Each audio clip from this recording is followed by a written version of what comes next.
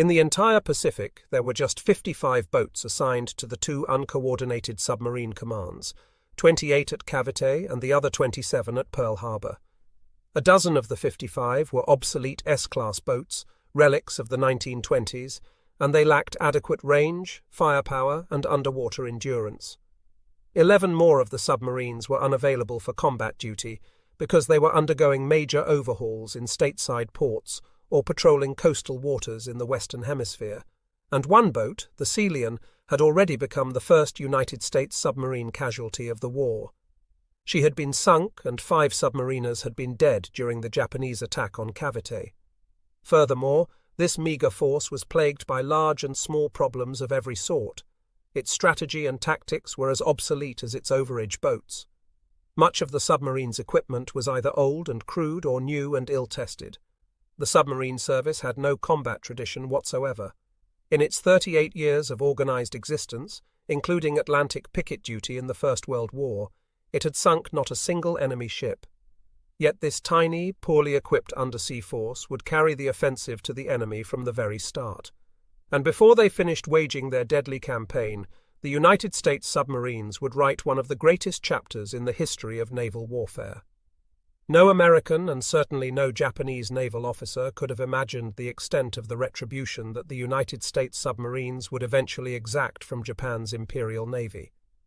In the course of the war, the American boats would sink no fewer than 201 Japanese warships, for a total of 540,192 tons, including 1 battleship, 4 large carriers, 4 small carriers, 3 heavy cruisers, 8 light cruisers, 43 destroyers, and 23 large submarines. And that was the least of it. Of vastly greater importance to the war's outcome, the submarines would send to the ocean's floor 1,113 Japanese merchant ships of more than 500 tons each, for a staggering tonnage of 4,779,902, only 1 million tons less than the entire pre-war Japanese merchant fleet. At their peak of efficiency, the submarines destroyed merchant ships at a rate 3 times faster than Japanese yards could turn them out, a state of affairs that was fatal for an island nation poor in raw materials of its own. Altogether, the submarines would sink 55% of all Japanese ships lost in the war, more than the United States Surface Navy, its carrier planes, and the Army's air forces combined. While so doing, the submarines would run innumerable special missions, hauling ammunition, transporting troops for lightning attacks, rescuing refugees from behind enemy lines, and depositing their secret agents and guerrilla leaders. In their most satisfying special assignment, the submariners would serve as lifeguards, plucking from the sea hundreds of flyers who had been shot down or otherwise forced to ditch in the watery wilderness. For its many vital achievements, the submarine service would pay a terrible price. In the course of the war, 52 boats and 3,505 submariners would fail to return. Officially, they were listed as missing in action, which meant, in their lonely, violent trade, that they were dead on the bottom. This casualty rate amounted to 16% of the officers and 13% of the enlisted men who fought in United States submarines. And yet other submarine forces suffered much higher casualties. By war's end, Germany's U-boat fleet had sunk 14.5 million tons of merchant shipping, almost 3 times the American total, but at a cost of 784 boats and 28,000 crewmen. But the greatest successes of the United States submarine force would be a long time in coming. First, in the Pacific War's early months, the undersea service entered a protracted period of alarming discoveries, painful reappraisals, furious controversy, and slow change. While all this went on, the submarines struggled at sea under the tremendous burden of command mistakes and oversights that dated back to the founding of the service in 1903. Strategically, the United States Navy and its submarine service had been wed to a standby war plan, codenamed Orange, that had been devised around the turn of the century. Over the decades, the plan had undergone several facelifts, and by 1941 it had been renamed Rainbow 5. Yet basically it remained unchanged, and by many of those privy to its existence it was still called Plan Orange. The plan had accurately envisioned Japan as the Pacific enemy and the Philippines as the target of a Japanese thrust at the outbreak of war. With considerably less foresight, the planners had underestimated the capacity of the Japanese to mount more than one major operation at a time. They assumed that Japan's Imperial Navy would throw everything it had into the Philippines attack. As originally conceived, Plan Orange called for the United States Army garrison in the Philippines to fight a holding action, while American warships steamed across the Pacific. Those from the East Coast were to transit the Panama Canal, which President Theodore Roosevelt had built with Plan Orange in mind. The assembled fleet was to lay over in Hawalizo and Guam to refuel and take on other supplies, then sail in stately array to the Philippines, where it would meet and defeat the Japanese fleet in a single battle, thus winning the war in a trice. In 1940, President Franklin Roosevelt had ordered the United States Pacific Fleet to shift its base from mainland ports to Pearl Harbor. This move, however, was less in fundamental amendment to Plan Orange than in hope of deterring Japanese aggression by the American presence. Attempting to fit themselves into the grand scheme, the American submariners had a bitter time of it. Their aim and ambition had long been to operate as an integral part of the nation's battle fleet. The submariners saw themselves as scouting outriders in the early stages of combat, and then, in the hurly-burly of the decisive surface battle, as underwater attack vessels dealing death and dismay to the enemy. But such hopes were repeatedly dashed. Despite a succession of improved submarine models, American designers were unable to bring into existence a boat that could travel with the surface fleet for great distances at the necessary average speed of 17 knots. As a result, submarines were relegated chiefly to the coastal defense of the United States mainland, Hawaii, the Philippines, and Panama. Later, after still further attempts to develop a true fleet boat had proved futile, a new mission evolved. American submarines from Pearl Harbor, Manila, and Dutch Harbor, Alaska, would do sentry duty in Japan's home waters and off its mandated islands, keeping headquarters posted by radio about potentially hostile fleet movements. And in case of war, the patrolling submarines would be called upon to attack enemy capital ships as they sallied forth from their bases. Yet the submarine force could not fulfill even these limited functions, as its failure to detect the Pearl Harbor attack fleet so dismally demonstrated. The reason for this failure has never been satisfactorily explained. It was probably due to a combination of overconfidence, distaste for a boring and seemingly trivial task, and a reluctance to provoke the Japanese by sending numbers of submarines to lurk in or near their coastal waters. Ironically, in the late 1930s, the United States did develop genuine fleet boats, capable of operating under the conditions imposed by Plan Orange, and numbers of them were in service by 1941, but by then the surface fleet with which the boats could operate had been reduced to little more than a handful of aircraft carriers and their escorts. The debacle at Pearl Harbor required, said a submarine commander, a quick adjustment in thinking. Plan Orange was a dead issue. Ravaged though it was by the Japanese attack, the United States Pacific Fleet at least retained its home base at Pearl Harbor. At Manila, the wrecked Cavite naval station was rendered untenable by a Japanese invasion of Luzon on December 11. The Asiatic Fleet and its submarine command immediately began a series of base changes that would, under relentless Japanese pressure, take them farther and farther from Japan, first to Surabaya in the Dutch East Indies, thence to Cilacap on the south coast of Java, and finally to Fremantle, near Perth on the southwest coast of Australia. Even as the boats retreated, the search for a viable new Pacific strategy got underway.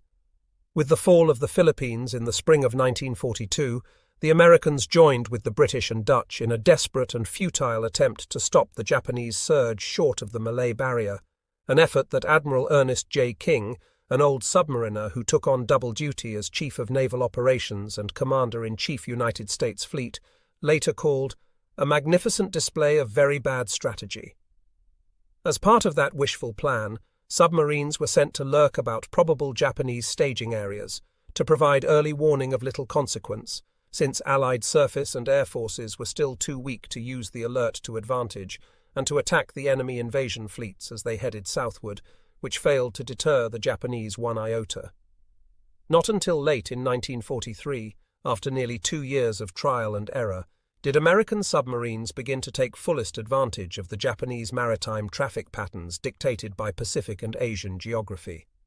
Only then did the submarines convert into wholesale terminating grounds, such relatively narrow seas as Luzon Strait, between the northernmost of the Philippine Islands and Formosa, through which Japanese warships and merchantmen necessarily travelled in great numbers between the home islands and the empire's newly conquered possessions to collect essential raw materials from Borneo, the Dutch East Indies, Malaya and Indochina. Through all the years in which Plan Orange was the strategic Bible, the idea of waging a slow, strangling war of attrition against Japanese merchant shipping played no part whatever in United States planning. The very thought of it was odious to Americans. The United States had entered World War I in specific outrage against the unrestricted warfare, waged by German U-boats against all commerce, neutral or otherwise, that helped Great Britain. In the interim between the world wars, a strong body of idealistic opinion held that submarines should be banned by international law, along with such weapons as poison gas, dum-dum bullets and saw-toothed bayonets. Although the United States declined to go that far, it was an enthusiastic signatory to the London Naval Arms Limitation Treaty of 1930, which declared that submarines may not sink or render incapable of navigation a merchant vessel without having first placed passengers, crew and ship's papers in a place of safety. Since a submarine observing such amenities stood an excellent chance of being sunk by an armed merchantman, the requirement amounted to prohibition. All through the remainder of the decade, the United States honoured its treaty obligations. Every plan and preparation was based on the idealistic notion of a war to be fought exclusively against enemy warships. Submarine captains were warned again and again that combat vessels were to be their only target, and that if they attacked enemy merchant ships, they would be subject to war crimes trial as pirates. All this was swept aside by the Japanese attack on Pearl Harbor. 6 hours after the first planes struck, orders arrived from the Navy Department in Washington: execute unrestricted submarine warfare against Japan. The submariners, enraged by the sneak attack on Pearl Harbor, had no compunctions about carrying out the order for unrestricted warfare. Besides, as a submarine officer said of the Japanese, every ship they had, combat or merchant, was engaged in the war effort one way or another. But old notions die hard. Captain John Wilkes, commander of the Cavite submarine force, sent his first war patrols forth from Manila with orders placing enemy supply ships at the lowest level of target priorities. He and Rear Admiral Thomas Withers Jr. at Pearl Harbor ordered that no more than 1 or 2 torpedoes be expended on a merchant ship. Although United States submarines did attack merchantmen from the outset, they were too often and for too long diverted from that vital job by the temptations of enemy warships. Strangely enough, much of the distraction was caused by a top-secret American asset. In September 1940, American cryptanalysts had broken the Imperial Navy Code known as JN-25. The resulting information on the movements of Japanese warships was priceless, if wisely used, but the shore commanders sometimes forgot that battleships and carriers were faster than submarines and difficult to sink even if they were successfully intercepted, while cargo ships were slow and extremely vulnerable. All too frequently, the United States boat commanders would be ordered to break off lucrative hunts for merchant vessels so as to chase some distant warship in vain. In tactics as in strategy, United States submarines began the war burdened by peacetime misconceptions. As senior naval officers grew increasingly apprehensive of air power, caution became the watchword throughout the fleets. Some of the boats started the war with SD radar, a primitive air search device that gave early warning of the presence of aircraft. Even so, to avoid being detected from the air, submarine skippers were instructed to attack from a depth of 100 feet or more, locating their targets with the boat's sonar equipment, whose ultrasonic waves registered the presence of steel-hulled ships with a series of metallic pings. In fact, the risk of aerial detection seemed considerably greater than it was, and for an obvious but disregarded reason. Under controlled exercise conditions, a United States observation plane had little trouble finding a United States submarine. In clear, calm seas, the telltale shape of a submarine travelling at a depth of 60 feet could be seen from the air. But it was quite a different matter in everyday conditions of wind and wave, even assuming that Japanese patrol pilots knew where to look in 8 million square miles of the Pacific. Nevertheless, the United States Tactical Book decreed deep submergence and sonar tracking, which presented insuperable problems. Since the sonar's loud range-finding pings would alert enemy ships to the submarine's underwater presence, the shore commanders urged skippers to use only their sound gear's listening components, which furnished much less precise information on the target's bearing. This data was so vague that the boats were virtually launching torpedoes by guess. In the course of the war, not a single enemy vessel was sunk by a United States submarine relying exclusively on its listening equipment at deep submergence.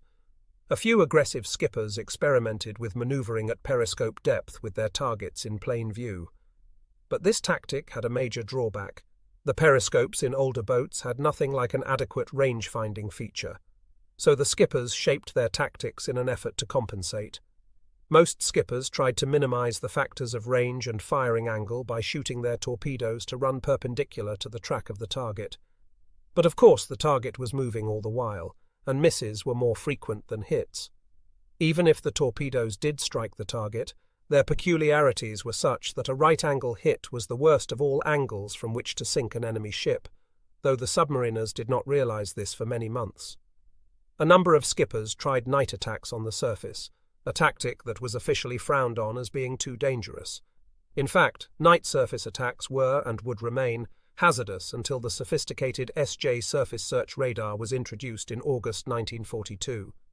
But even before then, the tactic was more dangerous than it should have been. For the sake of underwater concealment, American submarines were painted black. But except on the most Stygian of moonless nights, that colour presented the submarine as a conspicuous dark mass upon the surface of the ocean. It was later found, after tests that might easily have been conducted in peacetime, that a splotchy pale grey was the most effective all-purpose camouflage colour for boats both on and beneath the surface. Eventually, nearly all of the submarines were painted grey. Pre-war tactical practice of every kind was backward at best. At Cavite, Captain Wilkes held occasional exercises, presiding aboard a tender and using signal flags to put his surfaced boats through wildly inappropriate manoeuvres. These manoeuvres, recalled an officer on the submarine Seawolf, amounted to little more than the old squads right and squads left type of drill. It was just one big vicious mess, which never contributed a thing toward improving our readiness. The submarine fleet commander at Pearl Harbor, Admiral Withers, had a considerably better conception of the nature and function of undersea boats. On his arrival at Pearl in January 1941, he recognized a dismal situation when he saw it and did his best to prepare his boats for war. He discovered, for example, that the submarines had rarely dived even to their 100-foot attack depth, and he immediately ordered them to do so. He also instructed the skippers to dive to test depth, the lowest depth certified as safe for each of the several types of submarines. The test depth for the fleet boats then at Pearl was 250 feet, although when necessary they could, and later did, go much deeper. Withers was dumbfounded to discover that the Navy had very little information on how submarines and their crews might endure the prolonged patrols required in wartime. To find out, he dispatched 4 boats on extended missions across the Pacific. The results were encouraging. Crews, Withers decided, could probably sustain up to 60 days on patrol without suffering undue psychological harm. He also found out that returning boats and their crews would require no more than 3 weeks of refit and rest before they could venture forth again. But even Withers' measures were only a beginning. As a general rule, the theme of caution was pursued with excessive zeal in 1941. The result was inevitable. At the outbreak of war, many United States submarines were commanded by skippers who dutifully enforced spit and polish discipline, paid careful attention to their paperwork, and adhered strictly to the letter of the Navy's conservative tactical book. To such men, war in the raw would come as a shocking, indeed debilitating experience. Before too long, stories of timorous captains were told throughout the submarine fleets, and a derisive ditty, composed by a junior officer, made the rounds. The captain is a rugged guy, with hair upon his chest. Over a glass of beer in peacetime, he's at his fighting best. His nerves are surely made of steel, his voice has a confident sound, and he never gets excited when danger's not around. By the time the war in the Pacific was a year old, 40 skippers, nearly 30% of the total in the growing submarine force, would be relieved of command, mostly for unproductive patrols. Time and again, squadron commanders removed skippers for the same shortcoming. For example, this patrol of the Grampus was not conducted in a sufficiently aggressive manner, and the past 2 cruises of the Snapper have been devoid of aggressive hunting for the enemy. However, one senior officer made it clear that opportunities were lost to inflict damage on the enemy, not because the skipper lacked courage, but because of a lack of basic training. Yet for all its manifold shortcomings, the United States submarine service had one great strength: its junior officers and enlisted men. The men who served in the boats were the pick of the fleet, so far as a battery of physicians, psychologists, and senior submariners could determine. Every man and officer was a volunteer. The doctors had pronounced them healthy, emotionally stable, and temperamentally capable of getting along well with other men in long periods of close confinement, during which nobody but the skipper, the officer of the deck, and the lookouts saw sun or stars or smelled air untainted with the fumes of diesel oil. Once chosen for the service, a man set out on a long, hard road toward becoming a qualified submariner. All officers and most men, cooks and mess stewards were exceptions, took a rigorous course of training at the submarine school near New London, Connecticut. But graduation did not complete their education, far from it. They were assigned to a submarine, and their main course of study became the boat itself. They had to be familiar with every valve, gear, pipe, switch or hatch from bow to stern. They had to be able to draw accurate diagrams of the more than 30 principal systems in a submarine's complex entrails. Every man had to know his own specialty by heart and learn that of another man as well. For example, a torpedo man could, if called upon, double as a motor machinist's mate, an electrician as a radar operator. A vital lesson learned by the crewmen on their assigned boat was to place unquestioning faith in the judgment, skill, and valor of the skipper, whom they called captain, but whose actual rank was almost always lieutenant commander. With rare exceptions, his was the only eye at the periscope, giving him alone knowledge of what was happening outside the hull. Upon him rested the fateful decisions: to attack, to wait, to run. As in no other type of warship, the commander of a submarine held in his hand the lives of all those aboard. Only when a man could convince both his section chief and the skipper that he had done his job well was a submariner qualified and entitled to wear the Silver Dolphin's insignia of the service. Whatever his rating, he received 50% more than standard pay for doing hazardous duty. He considered himself a member of an elite force and was so considered by Navy men who only sailed on the surface, and he needed all of his esprit de corps and well-honed skills to survive the war's hectic early patrols. This was a time when approved tactics failed miserably, when skippers broke the rules and failed just as miserably, when nearly everything that could go wrong did go wrong. In the aftermath of the Pearl Harbor disaster, the boats at both Pearl and Cavite put out to sea as quickly as possible. Supplies and fuel were crammed aboard each submarine. Torpedoes were stored with care. Most of them were the top-secret new Mark 14 torpedoes, and since they were in short supply, the old Mark 10 torpedoes were added to make up a full load. The Mark 14s were sophisticated devices that had been under development for more than 15 years. The Navy's top commanders had the utmost confidence in them, but that confidence was utterly misplaced. Though no one suspected it at the time, the Mark 14s would soon prove to be the submarine force's most serious and persistent problem of the entire war. 4 of the submarines based at Pearl Harbor were off on simulated patrols when the Japanese attacked. They received war orders by radio. The Argonaut, originally built as a mine layer, and even as such well past her prime, and the Trout were off Midway at the time and commenced operations there. After sunset on December 7th, the boats surfaced on opposite sides of the atoll and were welcomed by the roar of naval gunfire from 2 Japanese destroyers staging a nuisance raid. The submarines had almost no chance of doing business. The Trout happened to be on the island's far side and thus out of the action. The skipper of the Argonaut, Stephen G. Barchet, prudently followed the tactical book and took his boat deep for a sonar attack. He went even deeper when one of the destroyers passed overhead, and by the time he was ready to try another approach, the enemy ships had departed. The Argonaut and the Trout returned to Pearl without firing a torpedo. 2 other Pearl boats on practice patrol, the Triton and the Tamber, were at Wake Island, and at least they fired some torpedoes. On the night of December 10, skipper Willis A. Lent and the Triton were making way on the surface south of the island when lookouts sighted an enemy destroyer. The ship suddenly turned and came boiling toward the submarine.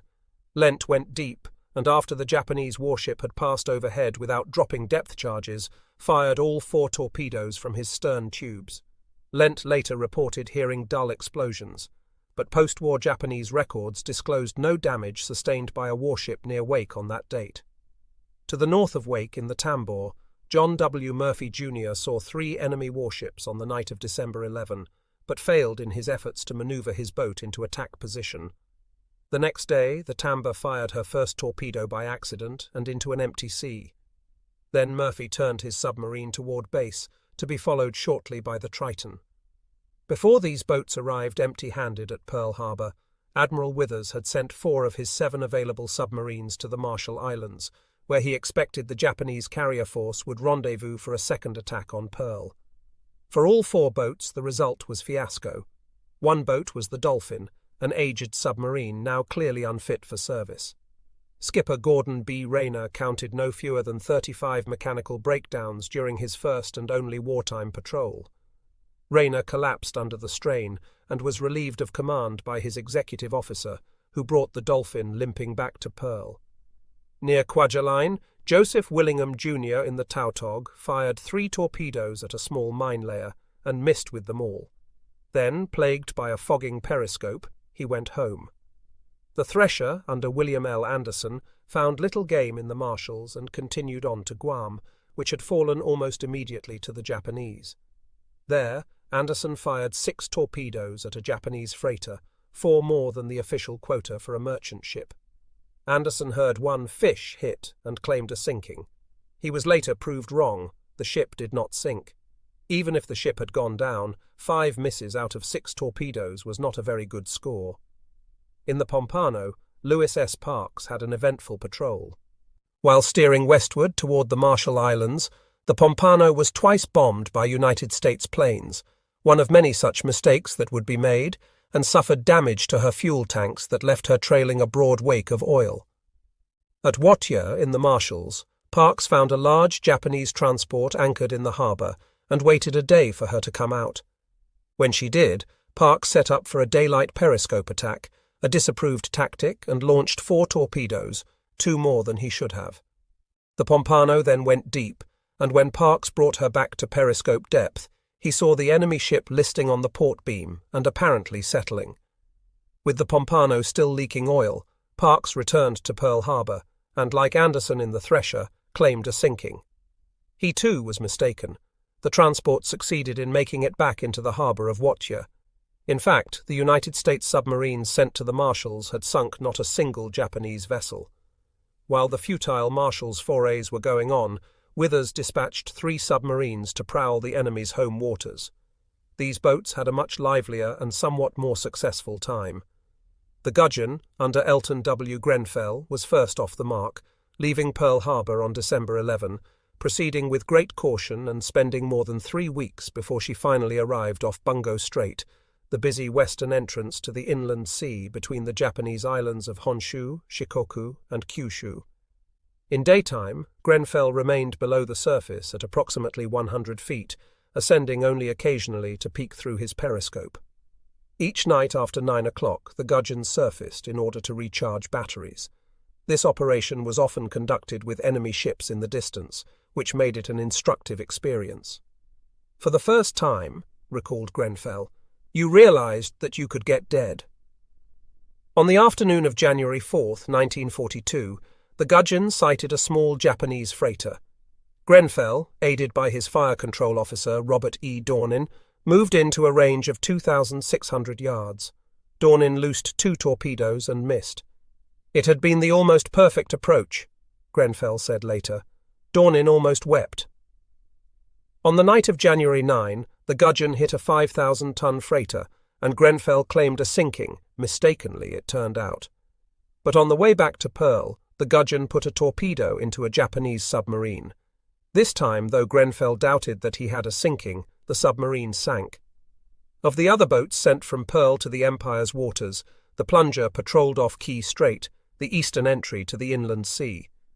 Her skipper, David C. White, did some of his hunting on the surface, relying on visual contacts by his lookouts.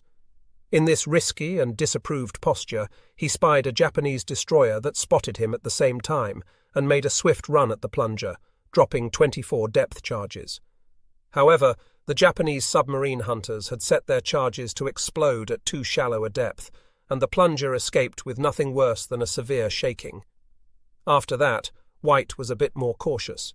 He was at periscope depth when, on January 18, he sighted a freighter and, obeying his instructions to conserve torpedoes when attacking merchantmen, sank it with 2 torpedoes.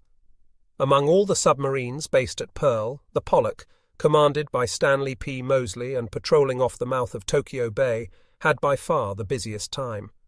On New Year's Eve, Moseley made a night periscope attack against a destroyer. His 2 torpedoes missed. During the day of January 3, he fired 1 torpedo at a transport. It missed.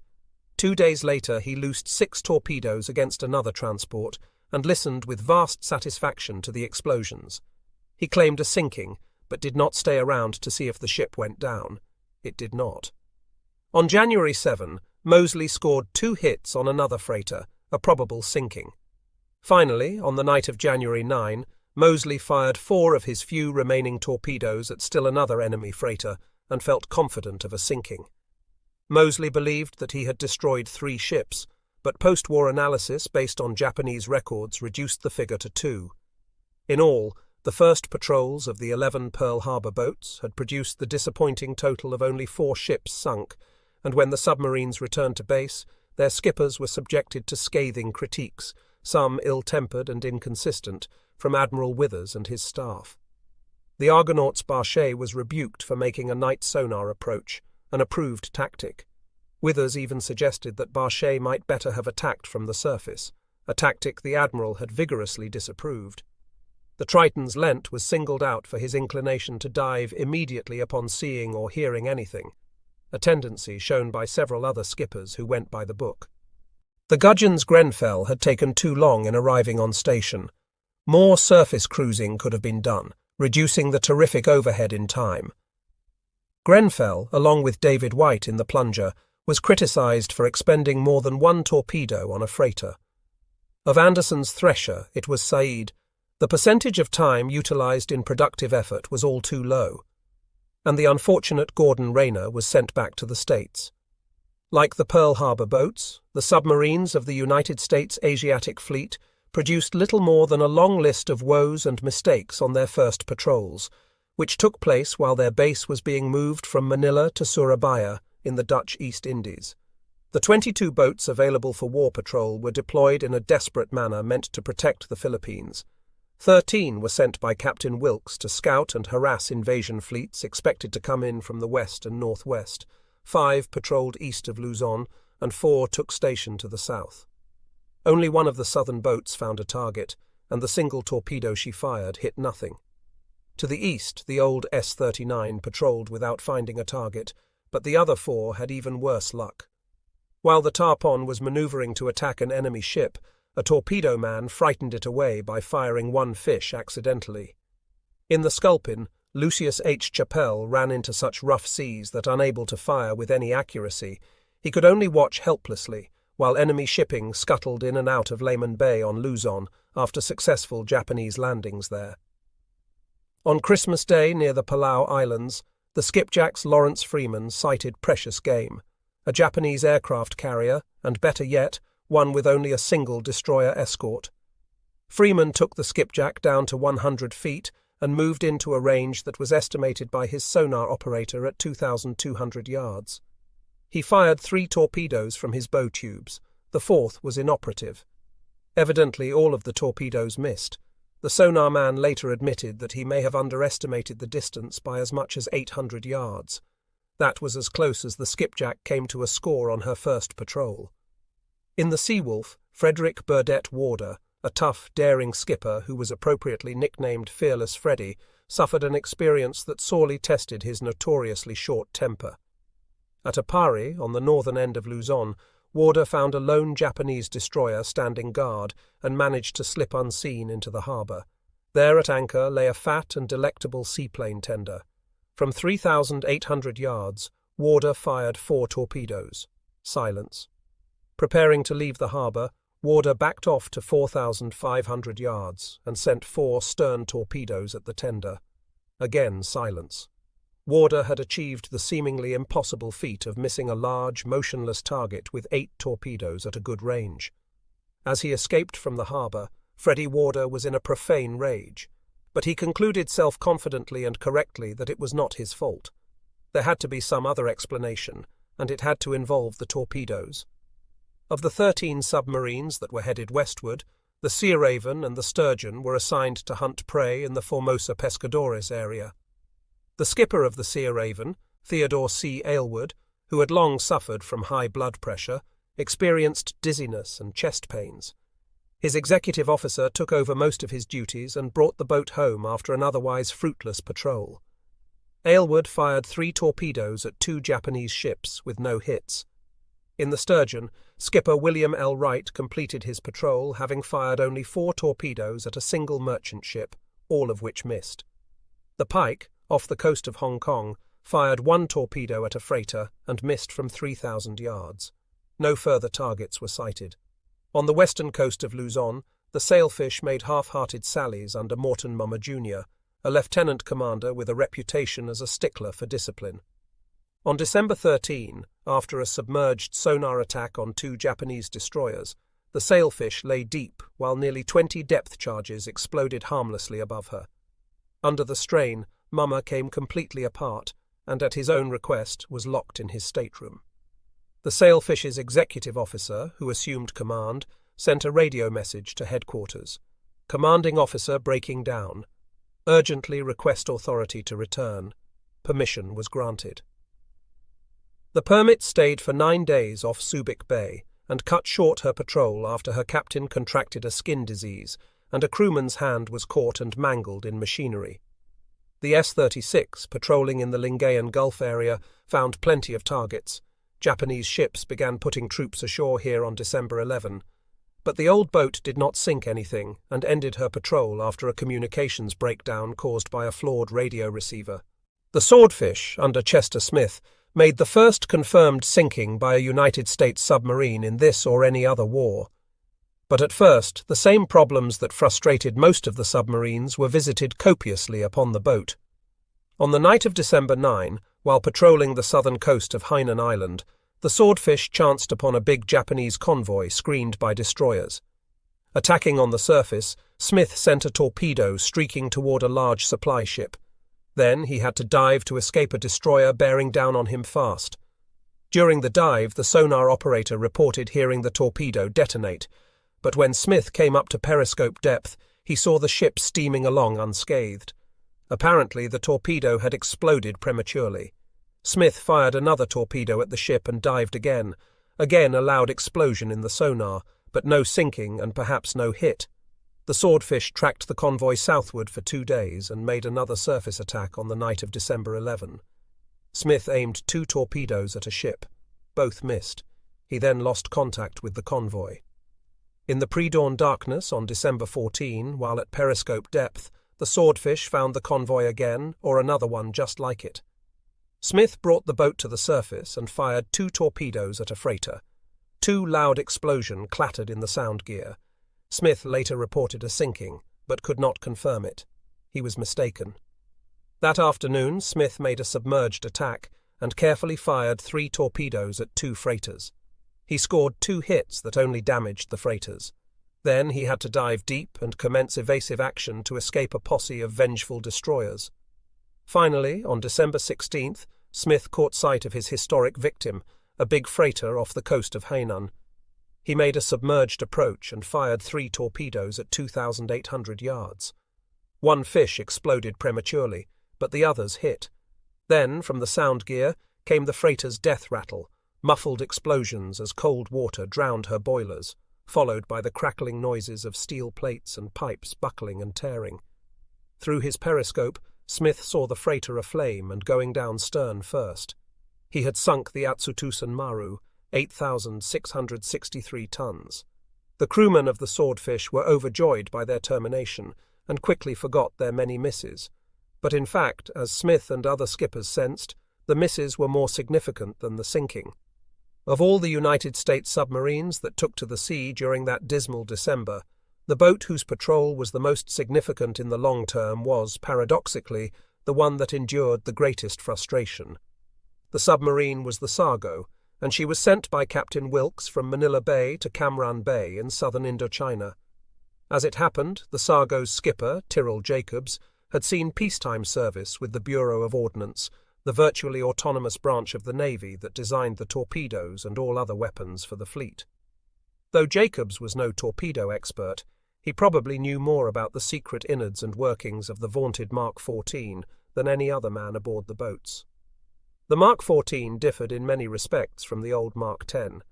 The Mark 10 was 16 feet long, weighed 2,215 pounds, including 497 pounds of TNT in the warhead, and could travel 3,500 yards at 36 knots.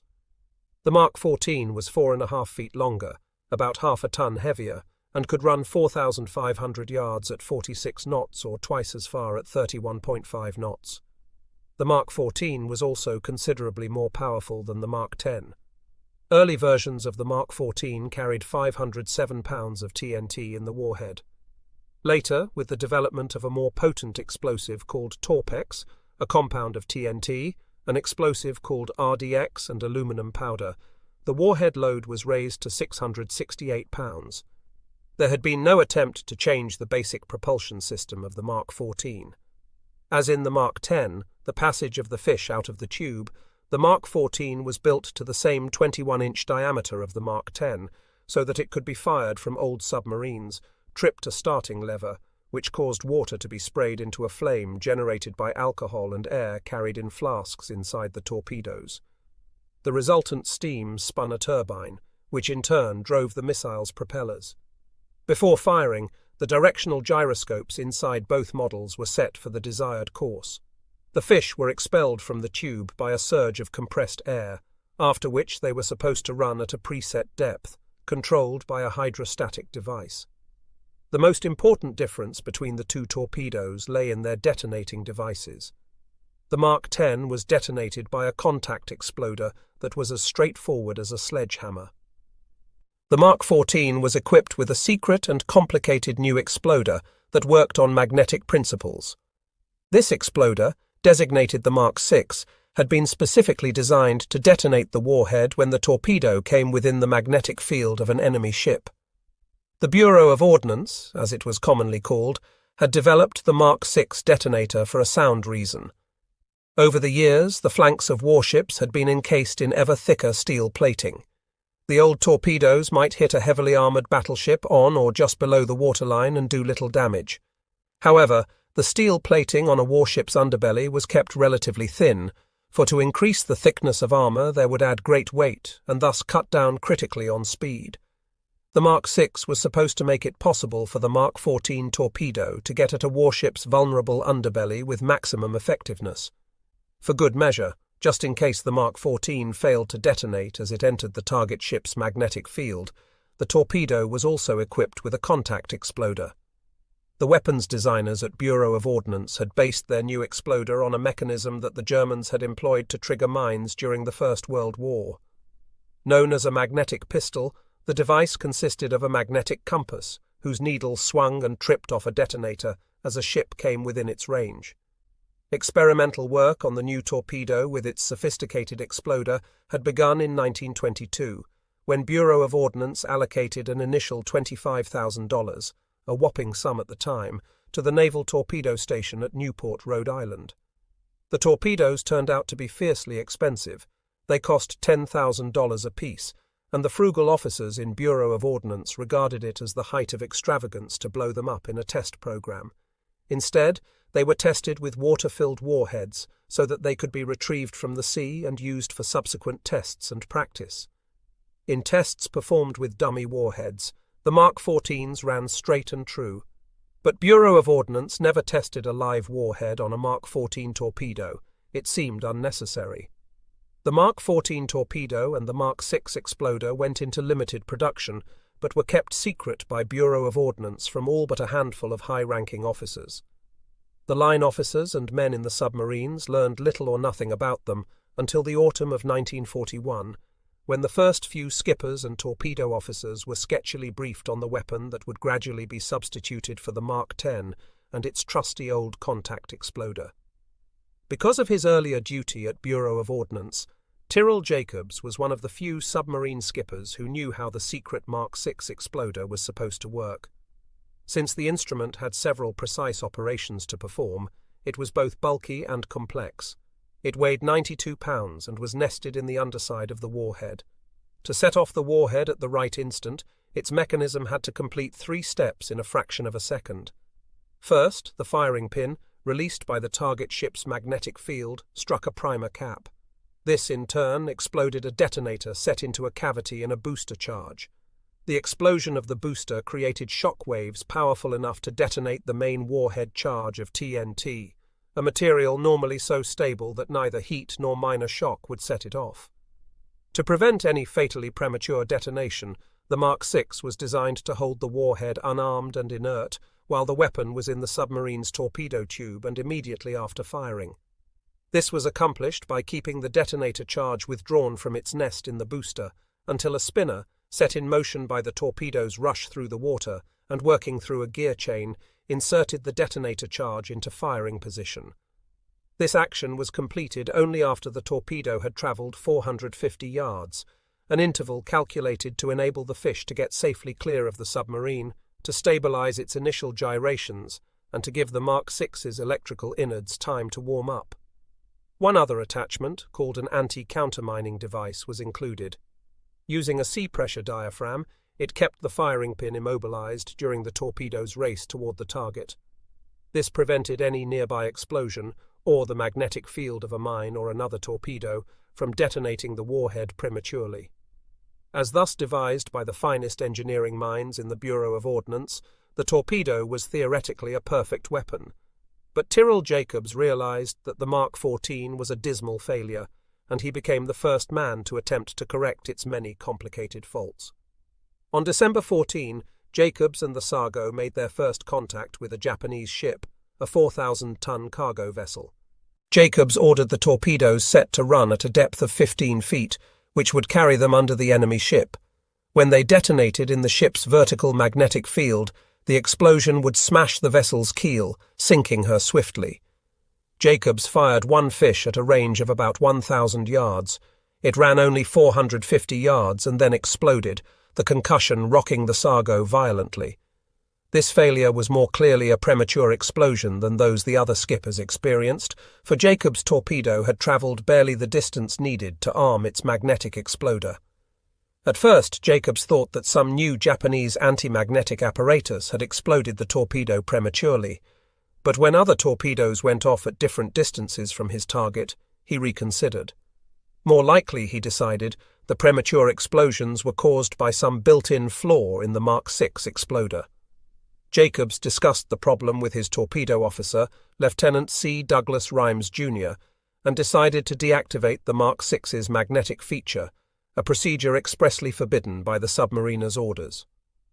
Under Jacobs's direction and Rhymes's supervision, the torpedo men removed the Mark 6 devices from the torpedoes, cut a number of electrical wires, replaced the exploders in the warheads and sealed them securely. The Mark 14s would now be detonated only by their contact exploders, which presumably would make them just as reliable as the old Mark 10s. The Sargo patrolled for 10 days before Jacobs found a target for his modified torpedoes. Sighting 2 enemy supply ships, he fired 3 fish set to run 15 feet deep, but the targets zigzagged and the torpedoes missed. Somewhat reassured because the fish had not gone off prematurely, Jacobs set 2 more to run at 10 feet and fired them at one of the ships at a range of 1,900 yards. They did not explode, but neither did they hit. His puzzlement deepening, Jacobs found another target on December 27th. This time he fired 2 torpedoes at a range of only 900 yards. Both fish missed. At this point, Jacobs realized that without a doubt the Mark 14 torpedo was deeply flawed. He decided to spend the rest of his patrol assembling evidence to convince his superiors that the torpedo, and not any mistake in his judgment or the torpedo men's performance, was responsible for the Mark 14's baffling behavior. Late in the afternoon of the 27th, the Sargo sighted two more enemy ships. They were steaming at about 9 knots on a course that permitted Jacobs to approach with great care and fire straight ahead. He would thus, he thought, eliminate the possibility of any miss caused by a torpedo launched at a more difficult angle. Jacobs spent 57 minutes making a textbook approach. He and the crew double-checked every element involved in the firing, the target's course and speed, the Sargo's course and speed, the range, bearing and the 10-foot depth setting of the torpedoes. Then, with all conditions perfect, Jacobs fired 2 torpedoes at the first ship, range 1,200 yards. Both fish missed. Minutes later, the second ship slipped into the periscope, and Jacobs fired 2 more torpedoes at a range of 1,000 yards. Again, both missed. Utterly frustrated, Jacobs conferred again with Rhymes and came to the conclusion that the torpedoes were missing because they were travelling considerably deeper than their depth setting and were passing harmlessly under the targets. Jacobs deduced accurately that this was happening because the depth settings had been calibrated for the dummy warheads. Clearly the explosives in his live warheads were heavier than the water in the dummies, and the added weight caused the fish to run too deep.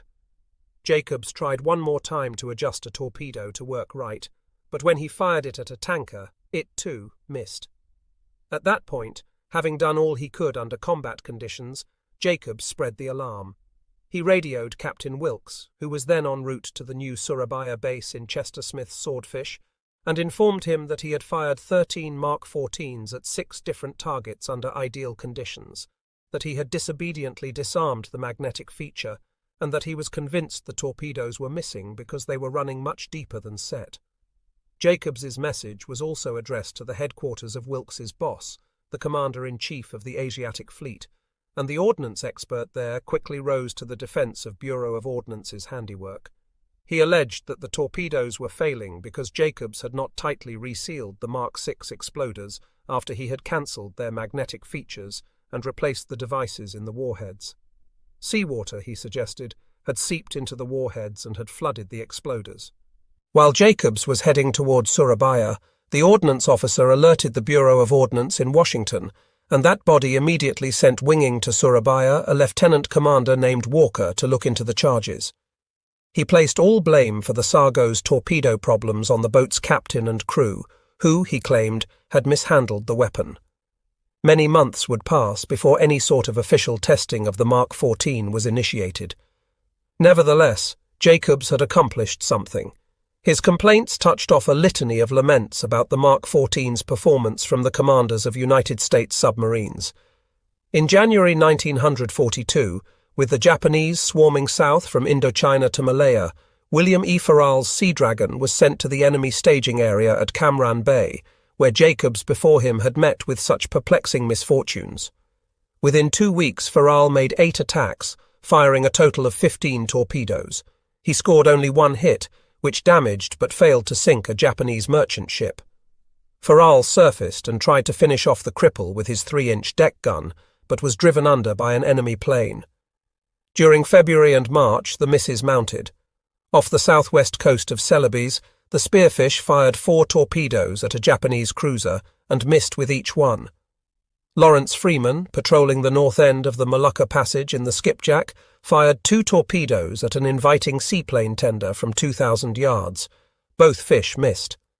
In the Sculpin, off Kendari on Celebes, Lucius Chappell missed a freighter with 3 fish, and within the next 6 days missed 2 more freighters with 3 torpedoes each. Thoroughly disgusted, Chappell requested and received permission to return to base.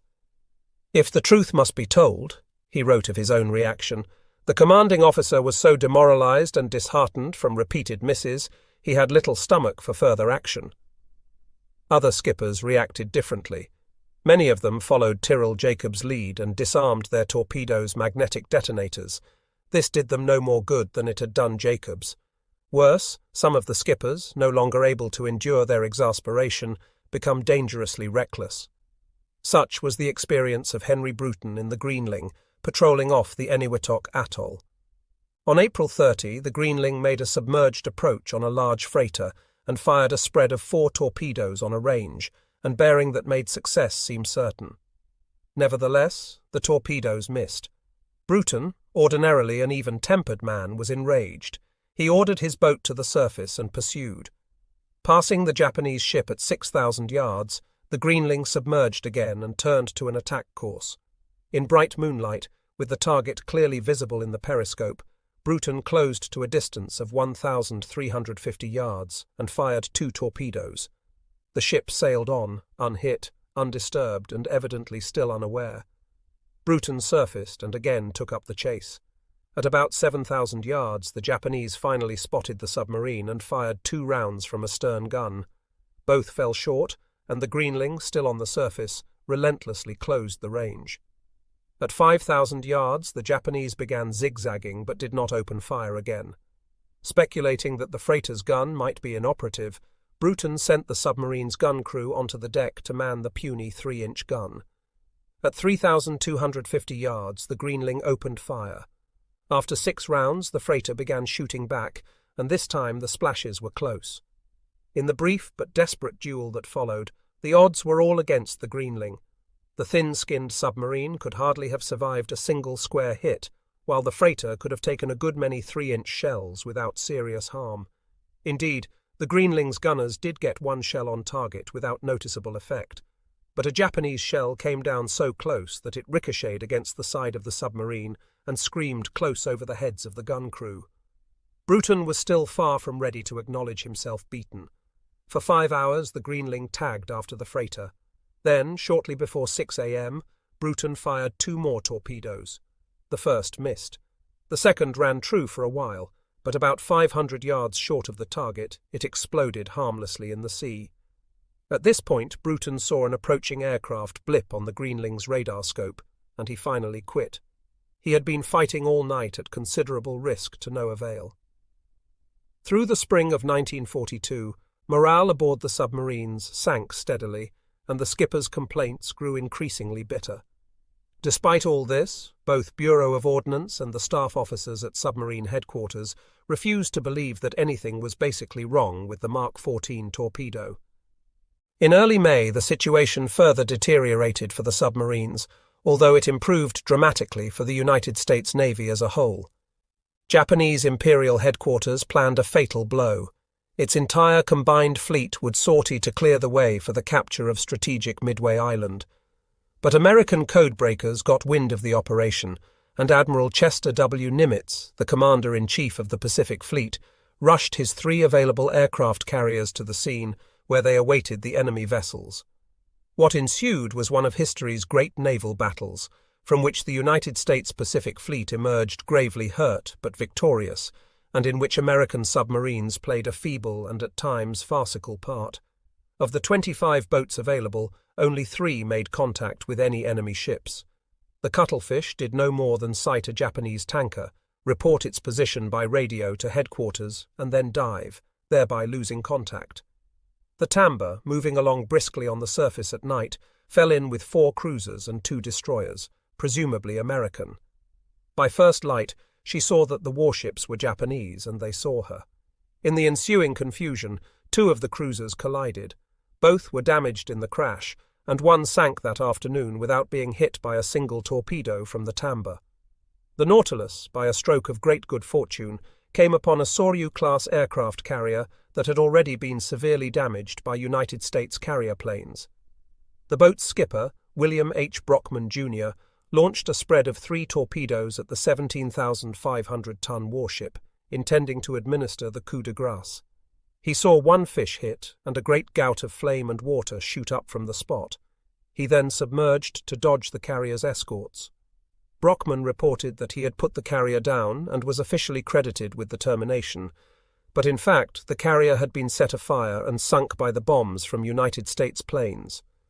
Japanese survivors later testified that 2 of the 3 torpedoes fired had been misses, and that the one that hit was a dud. By the autumn of 1942, fearless Freddie Warder and his Seawolf had suffered through 5 patrols, all of them haunted by the torpedo problem. Then things got even worse. On his 6th patrol, off Borneo, Warder fired 17 Mark 14 torpedoes with only 2 sinkings. On his return to home base, Warder filed an angry patrol report and got a dressing down from his squadron commander, Captain James Fife. "This," said Fife, "is far below the expected standard of performance." Warder blew up. "The goddamn torpedoes," he cried, "were no damned good. That was the problem."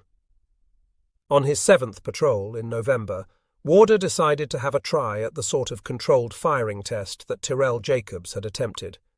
He loaded the Seawolf with a mix of Mark 14s and old Mark 10 torpedoes and proceeded to Davao Gulf off Mindanao in the Philippines.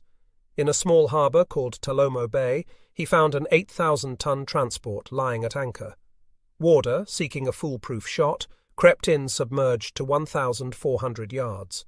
Not only was the target's speed 0, but the tide and current were also 0, for the transport's anchor chain fell straight down from the hawse-pipe.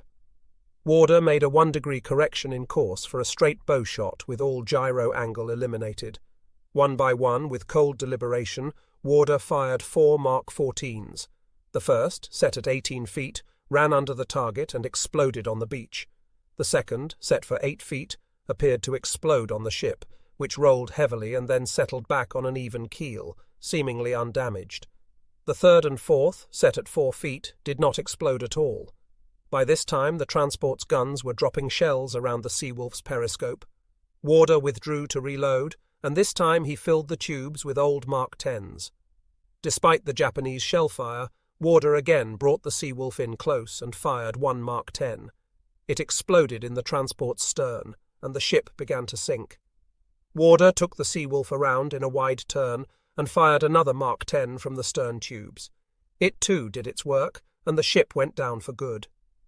"The failures of the first attack," fearless Freddie Warder wrote with controlled anger in his report, "are typical and merely add weight to the previous complaints of other commanding officers and myself as to the erratic performance of the Mark 14. During the long, low ebb in the submariner's fortunes, conditions took a turn for the better for the crews of the Asiatic Command, whose boats established residence at Fremantle in March 1942. A month later, Captain John Wilkes was replaced as commander by an officer who was willing to listen to his skipper's complaints. He was Charles Andrews Lockwood, a captain at the time of his assignment, but promoted to rear admiral in May. In early May, the situation further deteriorated for the submarines, although it improved dramatically for the United States Navy as a whole. Japanese Imperial Headquarters planned a fatal blow.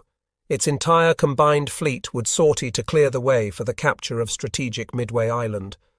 But American codebreakers got wind of the operation, and Admiral Chester W. Nimitz, the commander-in-chief of the Pacific Fleet, rushed his 3 available aircraft carriers to the scene, where they awaited the enemy vessels.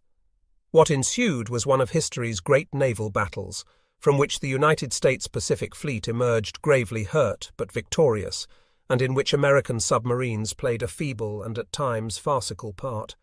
Of the 25 boats available, only 3 made contact with any enemy ships. The Cuttlefish did no more than sight a Japanese tanker, report its position by radio to headquarters, and then dive, thereby losing contact. The Tamber, moving along briskly on the surface at night, fell in with 4 cruisers and 2 destroyers, presumably American. By first light, she saw that the warships were Japanese, and they saw her. In the ensuing confusion, 2 of the cruisers collided. Both were damaged in the crash, and one sank that afternoon without being hit by a single torpedo from the Tamber. The Nautilus, by a stroke of great good fortune, came upon a Soryu-class aircraft carrier that had already been severely damaged by United States carrier planes. The boat's skipper, William H. Brockman, Jr., launched a spread of 3 torpedoes at the 17,500-ton warship, intending to administer the coup de grace. He saw 1 fish hit and a great gout of flame and water shoot up from the spot. He then submerged to dodge the carrier's escorts. Brockman reported that he had put the carrier down and was officially credited with the termination, but in fact the carrier had been set afire and sunk by the bombs from United States planes. Japanese survivors later testified that 2 of the 3 torpedoes fired had been misses, and that the one that hit was a dud.